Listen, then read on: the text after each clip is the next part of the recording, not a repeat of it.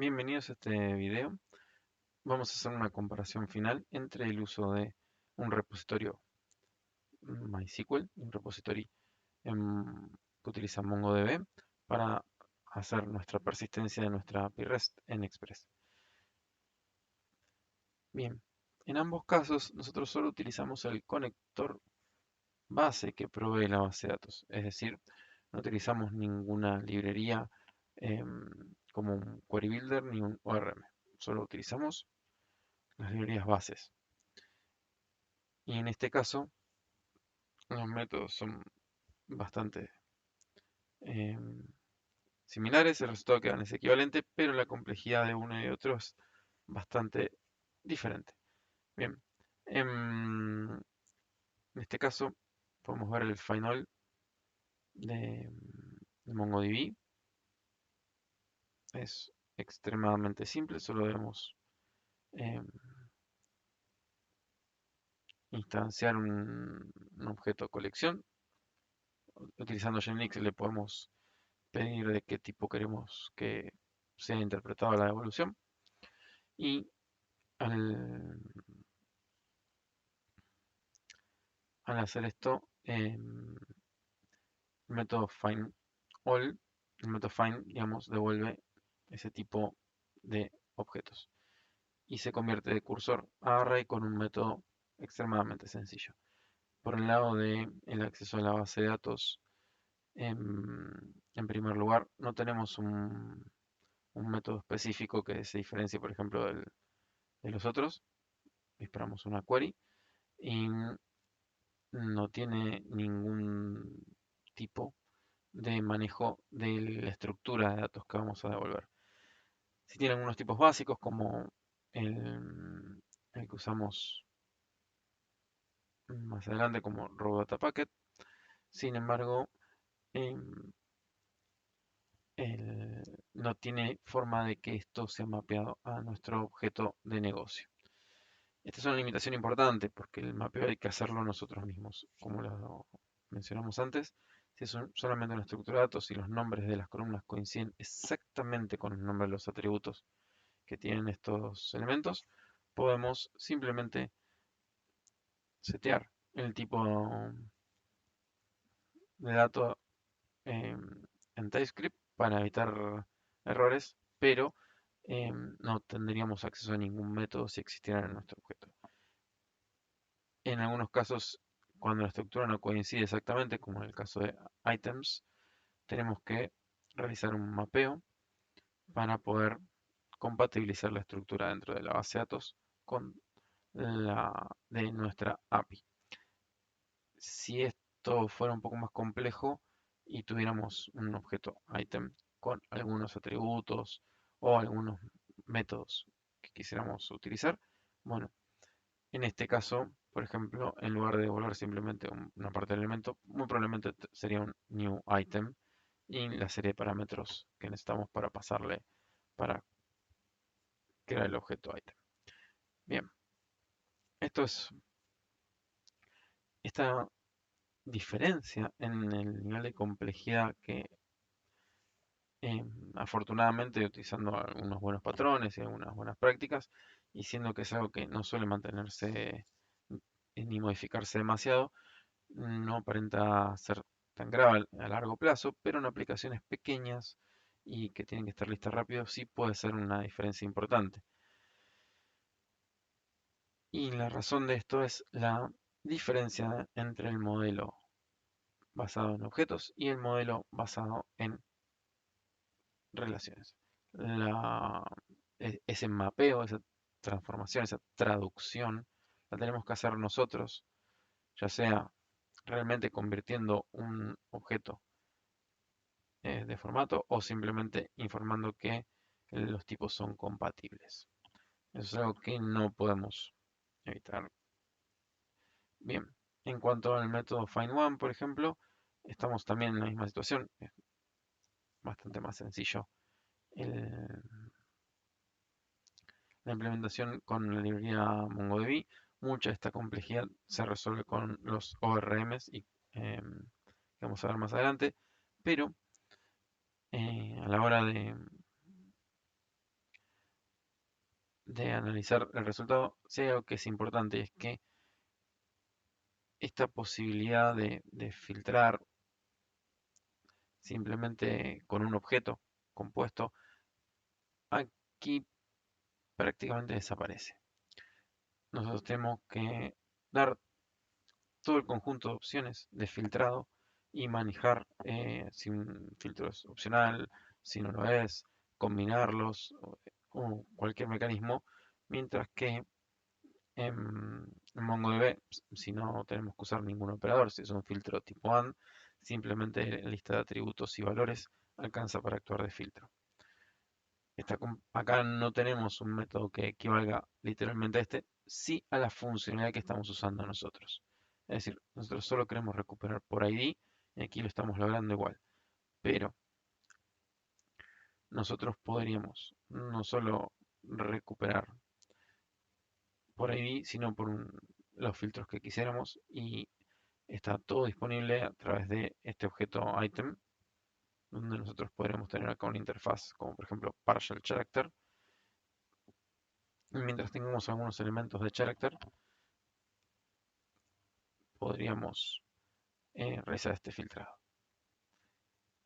Bien, también un dato importante, igual que acá, la estructura de item sigue preservándose y la diferencia significa hacer varias consultas. Un dato que no mencioné antes, acá, por ejemplo, cuando vamos a mapear todos los elementos a un for e iterado personaje por personaje buscando sus ítems.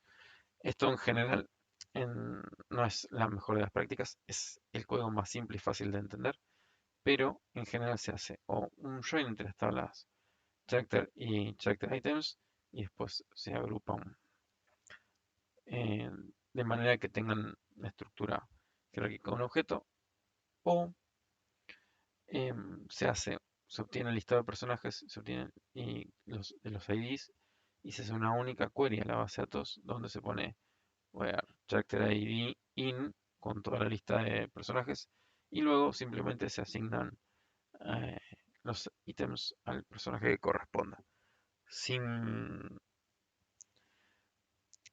sin realizar una query por cada personaje, sino una única query con todo el listado de personajes.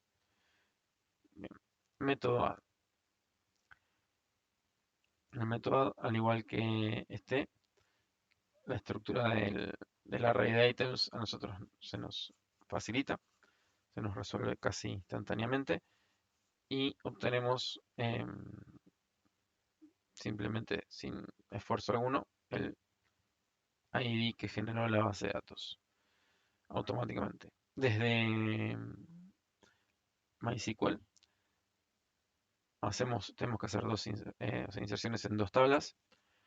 Debemos, podríamos no iterar o no esperar con el await la inserción y simplemente lanzarlas todas. Podríamos usar el promisol para asegurarnos que todos terminen antes de devolver el personaje que estamos modificando. Pero de cualquier forma, o omitirlo totalmente y esperar que se ejecuten satisfactoriamente como opera de forma similar MongoDB. Sin embargo, algo importante es que nosotros tenemos que asegurarnos que la estructura que le estamos pasando, ya sea que utilicemos la sintaxis de insert set o la sintaxis de insert values, sea compatible con la estructura de la tabla, el orden de los parámetros y en caso de utilizar esta sintaxis para no tener que preocuparnos por el orden de los parámetros, eh, tenemos que ocuparnos primero de que los parámetros que puedan ser nocivos para nuestro código no terminen formando parte de nuestra query. Y finalmente, aunque no es menor, el hecho de los ID autoincrementales, si bien MongoDB lo generamos en la base de datos y en MySQL también para mantener esta equivalencia, lo cierto es que el Object ID puede perfectamente generarse en el cliente de MongoDB sin tener que esperar a la base de datos. Es decir, podríamos generarlo en el constructor de la entidad, podríamos generarlo en el controlador, o incluso podría venir desde eh, un middleware de Express, donde generemos el Object ID para insertarlo. Esto nos podría traer ciertas ventajas, como por ejemplo llegar con un objeto completo al update en lugar de tener dos parámetros, o algunas otras ventajas, como por ejemplo eh, guardar en histórico en un log, generar un log de transacciones de, de nuestra aplicación sin necesidad de esperar a que se ejecute finalmente en la base de datos. Lo que es el método update, bueno, la sintaxis es también un poco más cómoda que de esta forma. Tenemos que, debido a las propias limitaciones del lenguaje de SQL, tener que tener en cuenta al menos dos parámetros. em, en esta librería, en otra quizás incluso tendríamos que tener un, un parámetro, un signo de pregunta y un parámetro por cada uno de los valores atómicos. Por suerte no es así. Y tenemos que encontrar una forma de procesar esta diferencia en los elementos, este delta, la forma más simple siendo esta, toda esa complejidad queda automáticamente manejada por el cliente de MongoDB. Pero además, algo más importante todavía es el retorno de esto. Esta operación find one and update me devuelve en una operación atómica, actualiza y devuelve el elemento. Es decir, yo puedo obtener tanto la versión nueva como la versión vieja del elemento que estoy modificando de forma segura, es decir, no hay forma de que entre una operación y otra haya sido modificado. Yo aquí para asegurar eso tendría que em, no solamente generar una transacción, sino que esperar a que todas las operaciones funcionen correctamente y manejar cualquier error entre ellas. Y en caso de que no necesite recuperar y devolver el elemento, en el caso de MongoDB cuento eh, con un método que se llama update1 que no retorna el elemento que esté modificando. Por lo tanto, es totalmente opcional obtenerlo. Finalmente, el delete tenemos que tener en cuenta y cuidado con las cascadas, es decir, el borrado en cascada. Primero borrar los dependientes y luego borrar los elementos. En MongoDB no tenemos esa restricción. No solo en este caso podemos borrarlo entero, sino que podríamos disparar todos los borrados en forma independiente sin riesgo de causar un conflicto porque no tienen foreign keys que nos puedan causar inconveniente.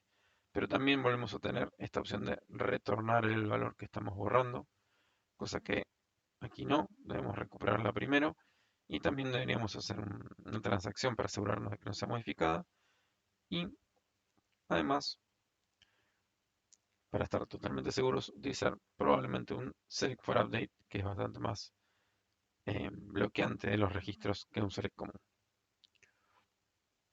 Dicho todo esto, toda esta simplicidad, la,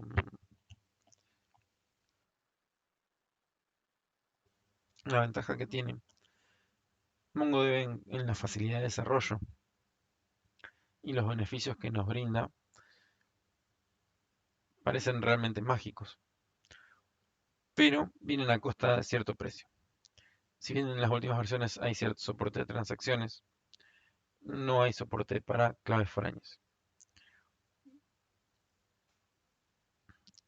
Y de esta manera nosotros corremos el riesgo de incurrir en inconsistencia en los datos y también corremos el riesgo de que al hacer un cambio en alguna de nuestras partes de la aplicación, guardemos información errónea, ya que no hace una validación o un chequeo del esquema. Eso lo tenemos que implementar desde nuestro lado en la aplicación. Es- Este es el precio que hay que pagar por la facilidad de desarrollo y algunas otras ventajas de arquitectura que puede ofrecernos. Por eso es que en la actualidad la mayoría de las aplicaciones eligen de forma apropiada la base de datos que van a utilizar, siendo que en general no se usa una u otra, sino que se usan ambas, de tal manera que em, yo utilice en cada caso la base de datos que más beneficios me brinda. Por ejemplo, si en una parte de la aplicación estoy trabajando con lo que es pagos o cobranzas en un banco, es muy probable que quiera utilizar una base de datos relacional que me asegura la integridad de dominio, la integridad referencial y también la propiedad de las transacciones. En el resto de la información es muy probable que al utilizar un- una colección de MongoDB pueda guardar la información de forma más flexible, rápida y el desarrollo sea más ágil. Entonces es probable que combinar ambas soluciones sea la respuesta correcta a muchas de las aplicaciones que se hacen hoy en día. Con esto lo importante es que entendamos que no tenemos que necesariamente elegir una u otra en todas las ocasiones. Algunas veces sí vamos a tener que elegir, sobre todo en aplicaciones pequeñas, pero cuando nos vamos a aplicaciones medianas donde estas diferencias realmente se vuelven importantes, tenemos que optar por una solución que haga uso de ambas tecnologías para sacar el mejor provecho de cada una. Bien, con esto culminamos la sección de eh, el uso de persistencia en base de datos a través de los conectores nativos. En los próximos videos ya vamos a utilizar un ORM para conectarnos tanto a la base de datos MySQL como a MongoDB y vamos a hacer después una comparación utilizando estas herramientas que son la tendencia actual. Bien, hasta la próxima.